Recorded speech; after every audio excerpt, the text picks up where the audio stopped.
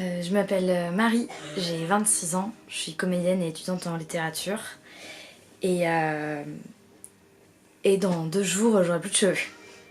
Je donne mes cheveux à l'association Le Clan d'Esther, qui propose de fabriquer des perruques pour les femmes, les enfants qui sont en chimio.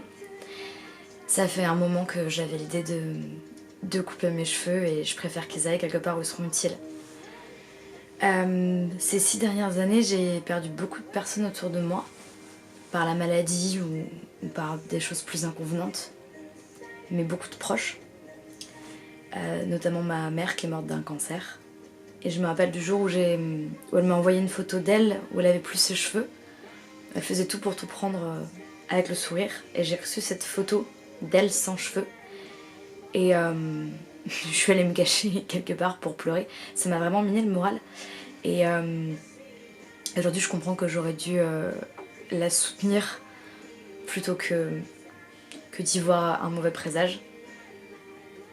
Il y a beaucoup de gens qui voient leur corps transformé par la maladie. Pour certaines femmes, ça veut dire ne plus avoir de cheveux, mais pour certaines aussi, ne plus avoir de seins, perdre des choses qu'on peut considérer comme la part de notre féminité. Et moi, je pense que un tas de poils sur la tête, c'est pas ça qui fait notre féminité. Ces dernières années, j'ai vachement réfléchi à l'apparence dans le travail, dans le théâtre ou dans le cinéma. On accorde énormément d'importance à l'apparence.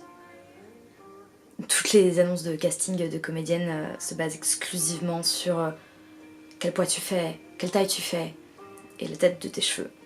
Et moi, ça fait un moment que j'en ai un peu marre d'avoir l'impression d'être juste un visage.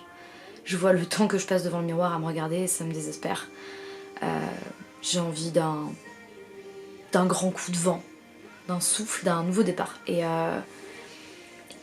passer par là, pour moi, c'est une façon de montrer, d'affirmer que la féminité, elle se situe pas en haut du crâne, elle se situe pas à l'intérieur du soutien-gorge, elle se situe pas à l'intérieur de nos sous-vêtements, c'est quelque chose de plus diffus, de plus complexe que ça. Je trouve qu'aujourd'hui, les femmes qui portent le crâne rasé parce qu'elles ont pas le choix, ce sont des personnes très courageuses.